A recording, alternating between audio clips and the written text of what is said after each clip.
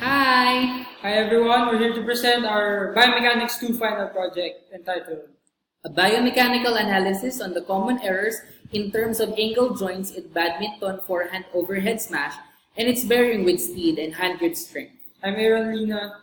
And I'm Enoch El Saldivar, and we're currently taking up Bachelor of Physical Education in CHK UP Diliman. Uh, As an- our sport is badminton. It's a racket sport played in a rectangular court, singles or doubles. Players require aerobic stamina, agility, strength, speed, and precision. And it is considered as the most important offensive technique in badminton. And in this stroke, the shuttle is hit toward the opponent's court with a high speed and a steep downward angle. Yeah, forehand smash yan. So here are the phases. Preparation, acceleration, which includes the contact point and the follow through. So dyan kami nag-focus. Yan yung dinivide namin yung videos na nakuha namin dyan sa phases na yan. So our problem is to analyze the common mistakes of the beginners in terms of angle joints, which includes the wrist, the elbow, and the shoulders. And this is to see the position of the body in each phase of the overhead forehead smash. So here are the questions we want to answer in this research. How the measured joints affect the speed and racket grip, and how effective the strength and conditioning exercises conducted to the subjects. So our subjects composed of 10 female college students, and they are currently enrolled in PE2 badminton class, and they are considered beginners with no previous training experience. So here's our intervention, warm-up, workout, and cool-down. In the warm-up, we included dynamic stretching, which is composed of mobility and stability exercises, and also skill execution to practice the smash. Then workout, squats, lunges, push-ups, planks, and hand grip exercises, which we did for 3 sets and 12 reps. Then lastly, we did cool down, static stretching, and another set of skill execution exercises. The equipment and procedures. As mentioned earlier, we analyzed the wrist and elbow shoulder angle joints using Kinovea software. And markers were placed on each body part to easily identify the joints during the analysis portion. So during our experiment, we filmed the subjects, both sagittal and frontal plane, and they're expected to do 10 repetitions of forehand smash. And so here's a picture of the acceleration phase of the experimental subjects, which is the group A. Upper images were gathered from the pre-test, while the images below are from the post-test. In addition, we use an accelerometer mobile application, which is called Speedometer, to measure the speed of their smash.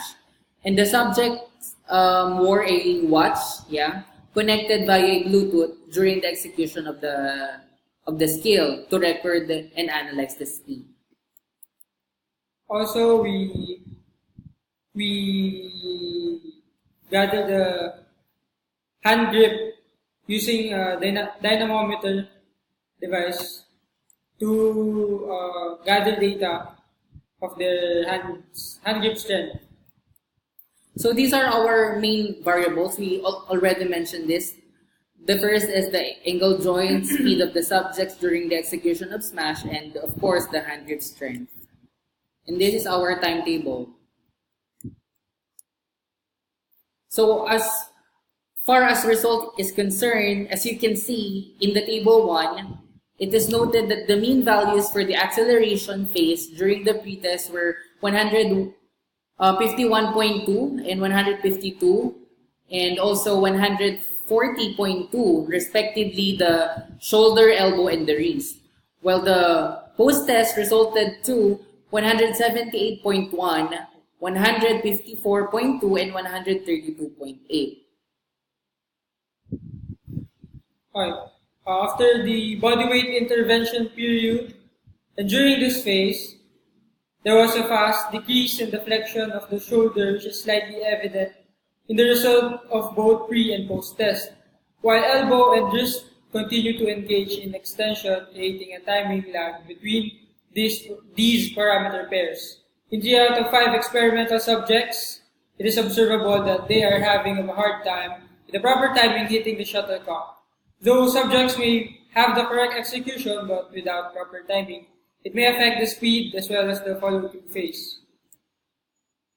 And these are the results for the mean values of speed and the hand grip strength.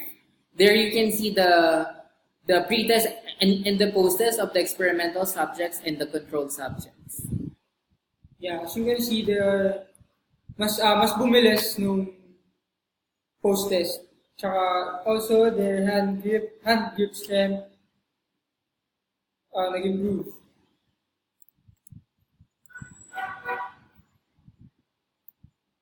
Okay. So in order to successfully finish the shot effectively, the player needs to ensure they are still swinging down and across the body in a diagonal motion. The subjects were having a hard time adjusting with this swinging phase. By doing correctly, this not only is the subjects finishing the shot effectively by using optimal technique, but they are in the ideal body positioning for the follow-through phase wherein they can easily adjust for the next movement. This swinging across the body motion also creates greater impulse momentum. As a force of the hitting arm, swinging down enables faster racket acceleration. So to conclude, the common errors manifested in our study was actually during acceleration phase of the forehand smash that affect the next phase, which is the follow-through phase. So proper timing in hitting the shuttlecock is one of their common error, and as a result, there's a longer timing lag. So medyo bumagal yung speed nila. That affect the measured angle joints, yeah. Just like what I mentioned, the speed and the follow-through phase, or the part wherein they will swing down. And from our results, common errors from the experimental subjects is slightly improved, and there's an increase in speed and strength in hand grip. It manifested in terms of the measured angle joints during post-test. It also confirmed by the speedometer wherein experimental subjects achieved better than their pre-test and controlled subjects counterparts. So, yun nga, no, nung post-test, we measured faster time in their skill execution. Generally, the experimental subjects have greater range of motion on the shoulder joint for upper arm rotation and on the elbow joint for arm rotation. So, as you can see on the previously shown table, in table number 1, there's an improvement from the pre-test to the post-test. There's an improvement on the angle of the shoulder and elbow joint. The movement of shoulder abduction and elbow extension were anticipated to be the key contributor for the participants to perform a rapid smash. So that answers our research questions. How the measured angle joints affect the speed and the racket grip, no? Despite this achievement, no, that these subjects portrayed, the experimental and the controlled subjects surfaced several interesting facts that worth looking into. So they showed a synchronized and significant range of motion, especially in the wrist rotation. Probably this is the reason bakit ganyan yung result is because they are beginners. That's why it's synchronized. And also, itong angle joints, no, though meron silang error sa angle joints during the acceleration phase, kaya nabawasan din yung speed. Pero as you can see, during the post-test, they somehow or they slightly improved, no, because of the training that we gave them, no? And it may suggest that the range of motion on the wrist may minimize to make sure the racket was held firm, and that is the hand grip strength that they portrayed throughout the action, and we believe that it may also prevent injury. Alright, thank you for listening.